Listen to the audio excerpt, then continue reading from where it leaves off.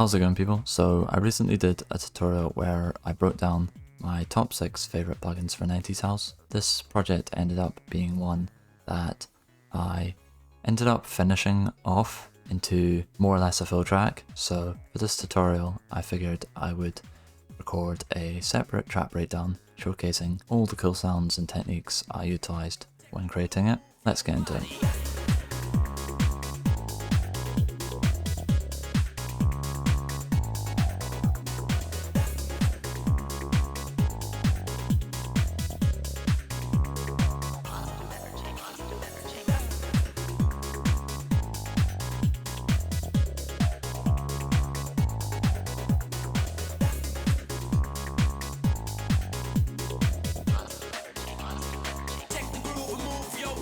So as always, we'll be going top to bottom through these different groups, and as always I like to start with the vocals. The acapella that I think I'll end up settling on was this by an artist called Ace of Base. All that she wants is another baby.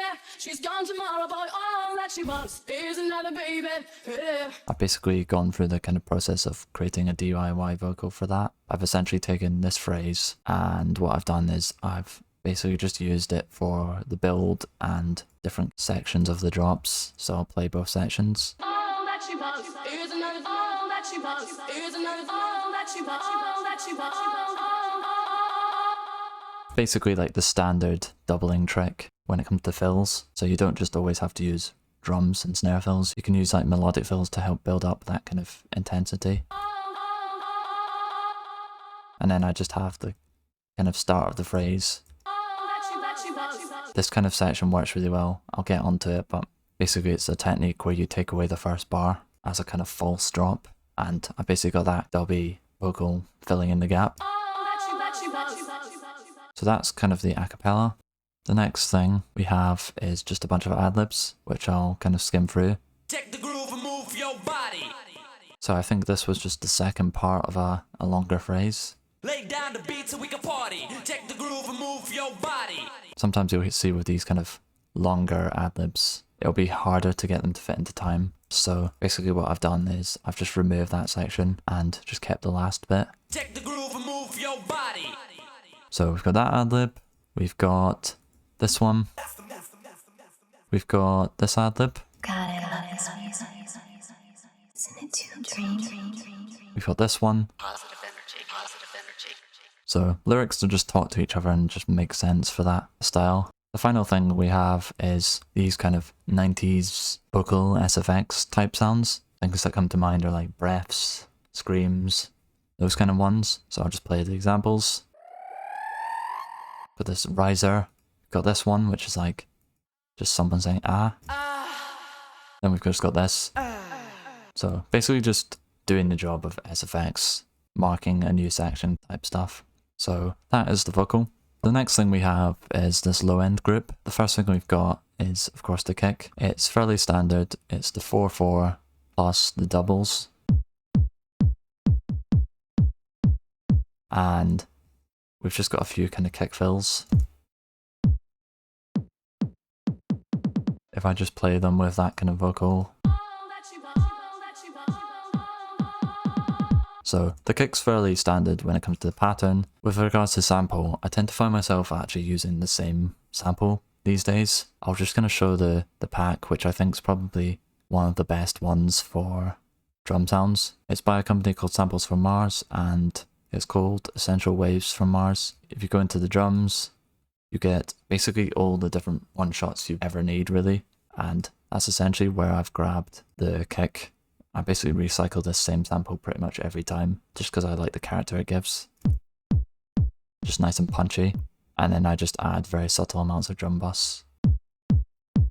Next we have this main bass, which I think for anyone tuning in, this is probably the sound that people will want to hear about. So I'll just play it now.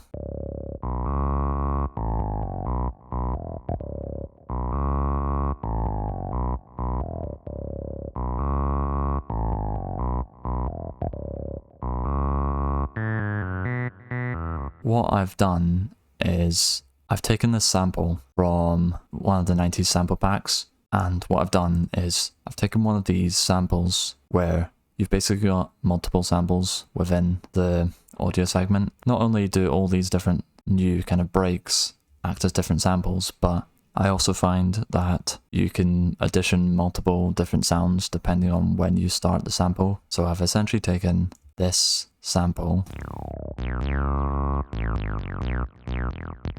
which is very acidy, and I've moved it along to kind of retain the sub instead.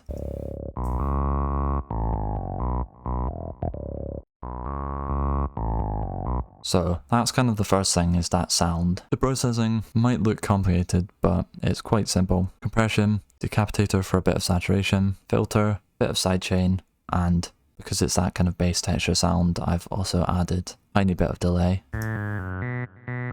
Then what I've done is I've started playing around with the pattern.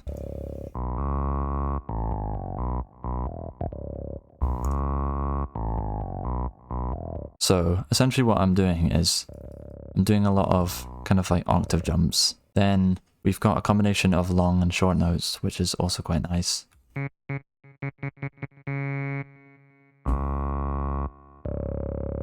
Like you'll hear when I play it lower down, the longer notes work really well. Then when you play higher up, it's like those stabby ones. So you have that flexibility between longer and shorter notes, like you see here. We'll just go to this higher up example.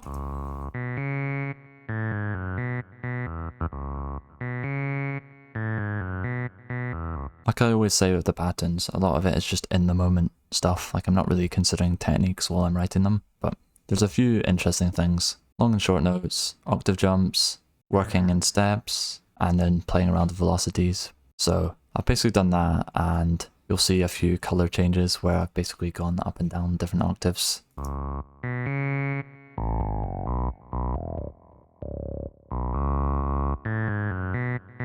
So if I just play the two together, just to let you hear the naughtiness that bit more.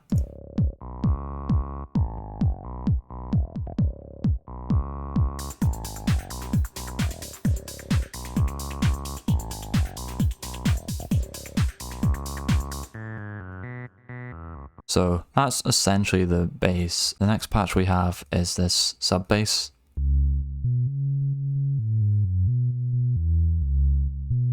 The amazing thing about sub bass layers is you can filter them down and have them be totally different from the original source sound. So I've actually kept the audio before I even filtered it, which would have sounded like this.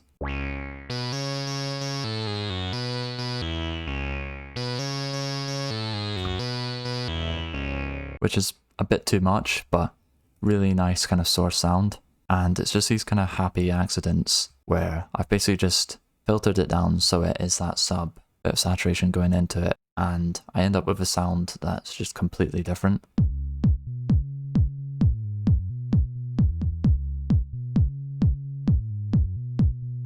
So that is the low end group. The next layer we have is these drums, and we've got the claps, we've got the hats, and then we've just got different loops. So the claps, I've got, the first one sounds like this. The pattern's a bit different. I'm basically adding these kind of fillers just to help make it that bit groovier.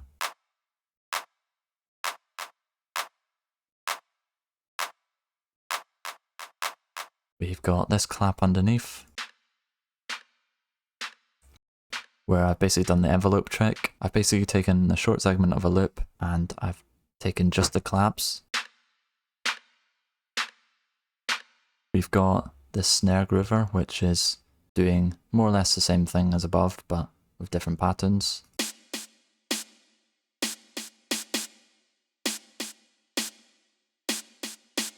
If I just play them together. So I'm basically taking like standard drum one shots, I'm layering it with loops just to add a bit of depth. Then with the patterns, I'm trying to do something a bit more interesting than the 2 and the 4 by adding these snare groovers. Up next we have the hats. We've got this open hat, which is kind of more of a ride cymbal. I basically just ended up picking quite a long cymbal like hat and basically just added reverb. We've got this closed hat. Basically playing the standard drum machine pattern. You can add extra intensity by having it constant 16ths, or you can save some gaps and leave some breathing room. We've got this one doing this kind of shuffle effect around those.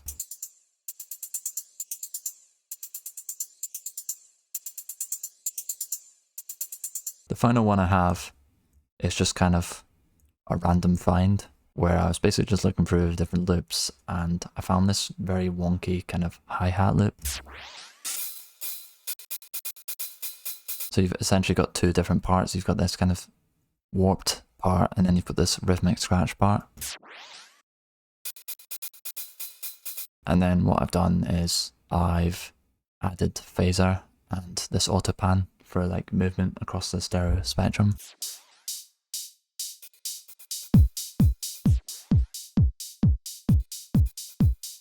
Then we've just got all these loops. What I've essentially done is I've taken those 90s library drums and done different things. So I've got this.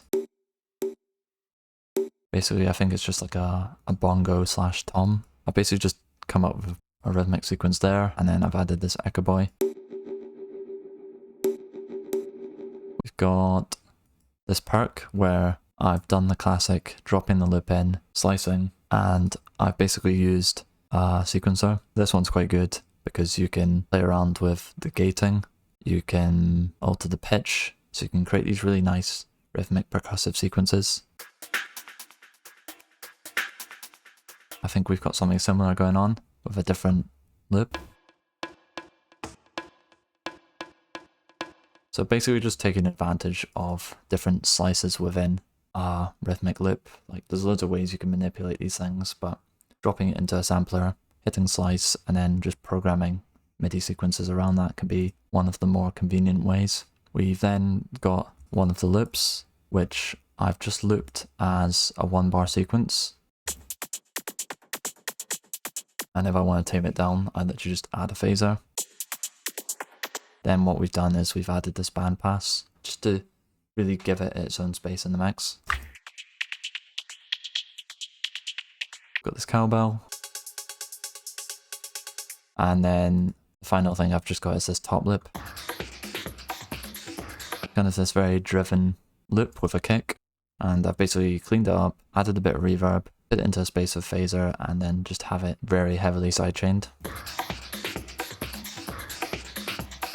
So that is essentially all the different groups that make up the drums. And then the final thing that I'll just mention is just kind of arrangement techniques. So normally I'll have something that looks like this, and I will basically add a fill every 16 bars, but there's nothing stopping you maybe doing it more commonly, like every 8 bars. So that's normally the first thing I do when it comes to arrangement. Another cool trick you can do is kind of like this fake drop. So what you can almost have is you can basically take away elements from the first kind of bar of that drop. People will expect to hear more of the same, but you can kind of make them wait. So I'll just show you what I mean.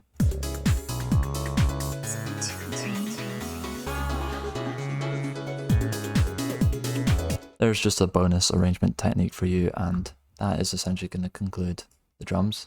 Up next we have the synths, starting with the leads. The first lead we have is this kind of vocal lead, which sounds like this.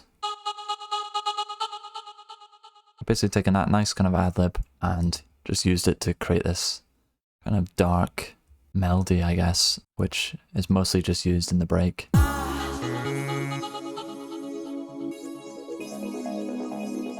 And then it comes in like second part of the drops.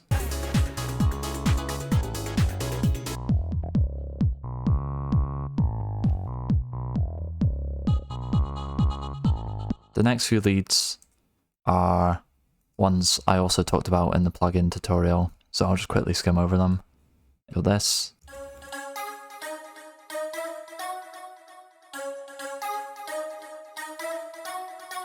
Just a kind of alternative vocal lead, which just provides a bit of contrast, I guess, to the one above. Got this kind of harmony lead.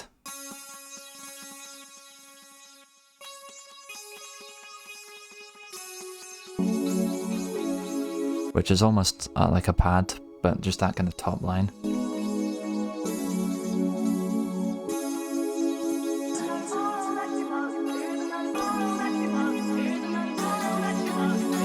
And the final one we've got as a lead is just this kind of fill.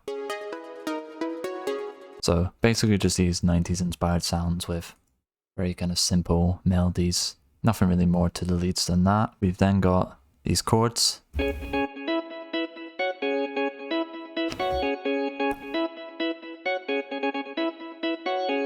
I've basically just taken an organ from the Xenology, created this kind of fifth chord effect by basically writing one melody and then copying and pasting it up 7.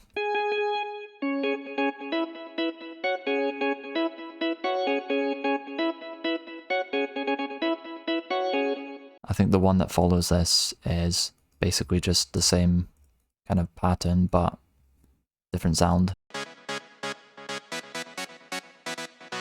A kind of big part of the kind of 90s sound is just constantly switching things up. So I obviously showed these patterns and switched them up in terms of the octave, but something else you can do is just switch up the patterns with different sounds. So I basically use this kind of rave stabby sound, which is very similar to the ones you'd get in like Rave Generator. The next one is this chord stab, which I've used a free plugin called Orbits for, and I'm basically just using it for these kind of classic disco inspired stabs. The next one is this Rhodes that I found in Diva.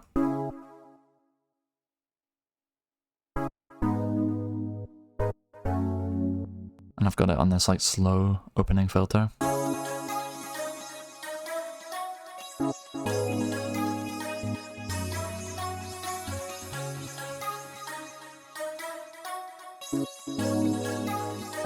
The final chord we have is this kind of iconic 90s piano, which just immediately makes me think of the genre.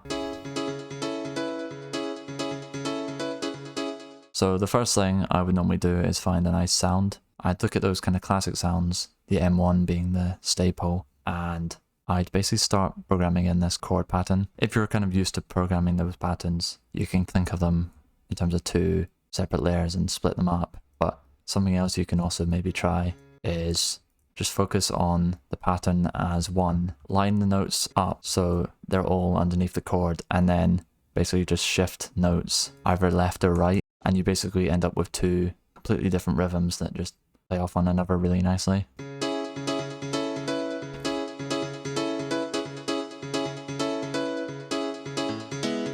So that's just a kind of subtle introduction to programming those patterns, and then with the kind of processing you can get pretty creative. I've kept it quite simple here, basically with some filtering for the build. So we've got it building up. We've also got the delay building up.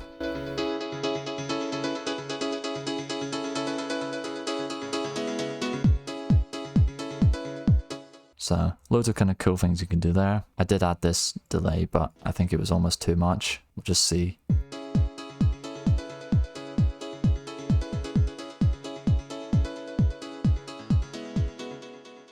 Up next we've got some pretty cool stuff going on. I've got these kind of standard synthy ARPs, which I always try and utilize in some capacity, just because I find they help bridge transitions really nicely and add something a bit extra that's sometimes missing from other melodic layers. So I've basically got this group of synthy ARPs and textures with different kind of things going on. The first thing is obviously the kind of default lazy approach, where you just pick a nice sequenced patch from like the Bluetooth or other plugins that have these ARP banks, and you basically just hold one note.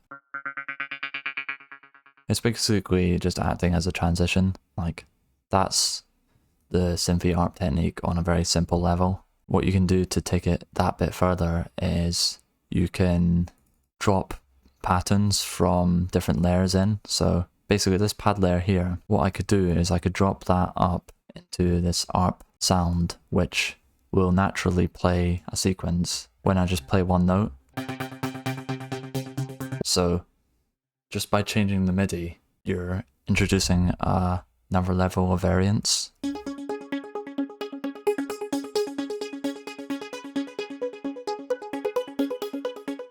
So that's kind of what I've done there. And then the final thing I've done is I've taken the organ layer from up here, I've moved it down, and basically what I've done is I've taken the top line of that pattern and shifted it to the right too, which basically creates this RP sequence in itself.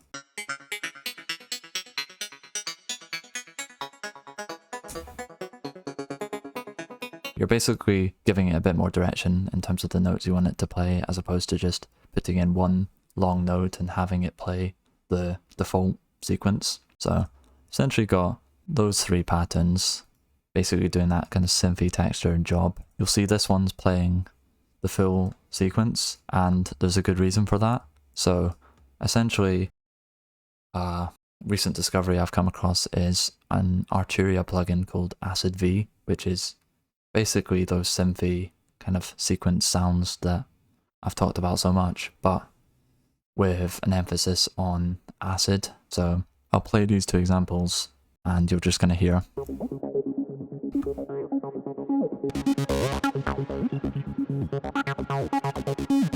So like really nice acid sequences that I've filtered down just to help them blend a bit more. Play the second one.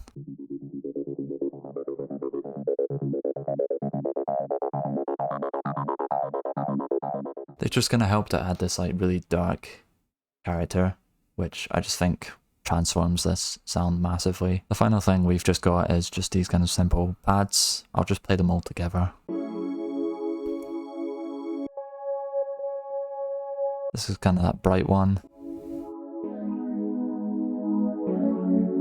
This almost sounds like a Juno. And then some strings.